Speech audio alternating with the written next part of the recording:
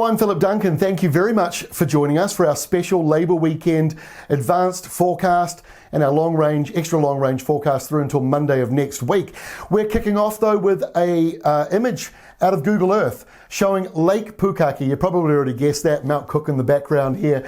A stunning shot, and isn't the colour of that lake absolutely amazing? It's really Lord of the Rings kind of stuff. And also the irrigation that makes these circles. It's central pivot irrigation systems. That's why it's got that circular look to it in a very dry part of the country. Of course, though, just over the Southern Alps there is the West Coast, and one of the wettest places on Earth, just a little bit further south, down towards Fiordland. So the mountains really do make a huge difference between the very wet weather that can accumulate over on the western side, over those mountains, and the snow that it makes, and then this side where it is very, very dry. Just wanted to kick off with that, something a little different. Let's get into it now with our animated wind map. And northern New Zealand's got high pressure just off to the northeast, pulling down subtropical weather, which will be off and on right across this week and into the long weekend as well. Now this brings also cloud. So while it might be fairly dry in a number of areas and mild for this time of the year, it's also going to be a little cloudy and gloomy with a few showers and drizzle patches caught up in the mix as well. There's also a bit of a cooler change coming in towards the lower South Island. So rainfall for the next 7 days, right through until Labour Day Monday. It shows that the eastern areas in green and blue out here and down around Canterbury have the lowest rainfall totals, between 0.1 and 5 millimetres in that blue and green in these areas. The yellow, that's getting you 5 to 10. So a few showers, a bit of spillover from the west, but really it's the western areas that have got the biggest rainfall accumulations, over 100 millimetres coming over the next week along parts of the west coast. And up here around Taranaki and National Park, Mount Turupehu, we're talking anywhere between 50 and 70 millimetres accumulating over the next several days. Here's the forecast. We kick off with Tuesday. We've got a bit of rain stuck around northern New Zealand. In fact, rain is probably a little bit too liberal. Showers and drizzle patches are what we'll see in here, blocked by the high, but the high is also pulling down this humid airflow. There's another big high also waiting on the side here, and that one will encourage a cooler southwest change around Southland. Just a few showers in there, nothing too major, but a bit of a temperature drop coming for you on Tuesday, while at the other end it's subtropical, both being caused by high pressure. By Wednesday, the southern high moves further in, and the winds actually, which were southwest for Tuesday, they turn a bit more northwest or westerly as we go through Wednesday. The rain and showers up here still stuck in the same area, Waikato pretty much, and some spillover into Bay of Plenty. By Thursday, the high is in charge of the South Island, light winds for you, cooler nights but fairly mild afternoons, a few drizzle patches and showers in the north with that subtropical flow continuing.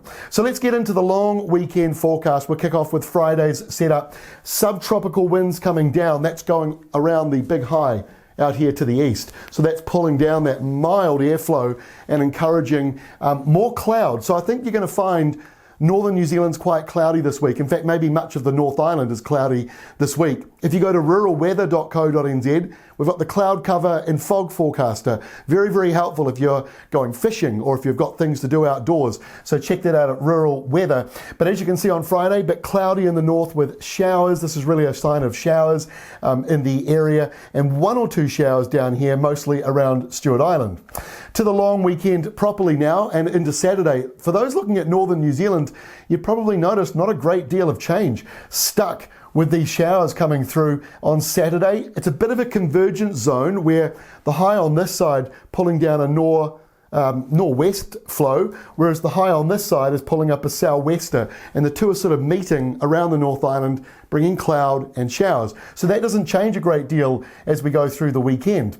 By Sunday, again, no real changes. We've got the subtropical winds for northern New Zealand and showers. They may not accumulate to very much, so it may not be the best weather for northern areas, but it's not stormy either, so it's sort of hard to sort of gauge what you're thinking. I'm thinking it's probably a bit of indoors time. Even if it's not wet, it'll be a bit cloudy, but you can still get out and go for walks and all that sort of stuff, but just maybe not so much of the sunbathing. And we've got a bit of rain on the west coast. By the way, for those who watched Bathurst at the weekend, how green was inland New South Wales? They were in a big drought. We had all those bushfires last year.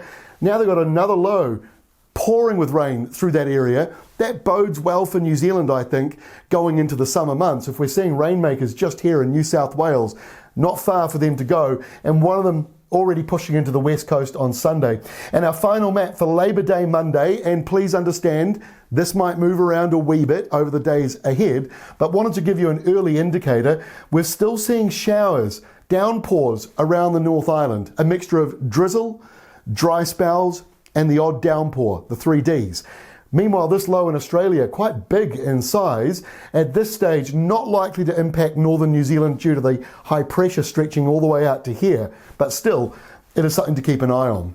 And that is all from me. Just a programming note, I'm away on Tuesday this week, which is why we've done an extended video today. Some of you have asked why I've taken a couple of days off lately. I'll just be really honest with you. We're a very small company. I've been doing these videos basically non-stop since I left the New Zealand Herald in about 2015. Very few breaks, and we worked right through all the COVID stuff this year with limited resources. So we're doing a few things behind the scenes at the moment. That's taking up some of my time. So apologies, I'm away on Tuesday. And also an advanced apology.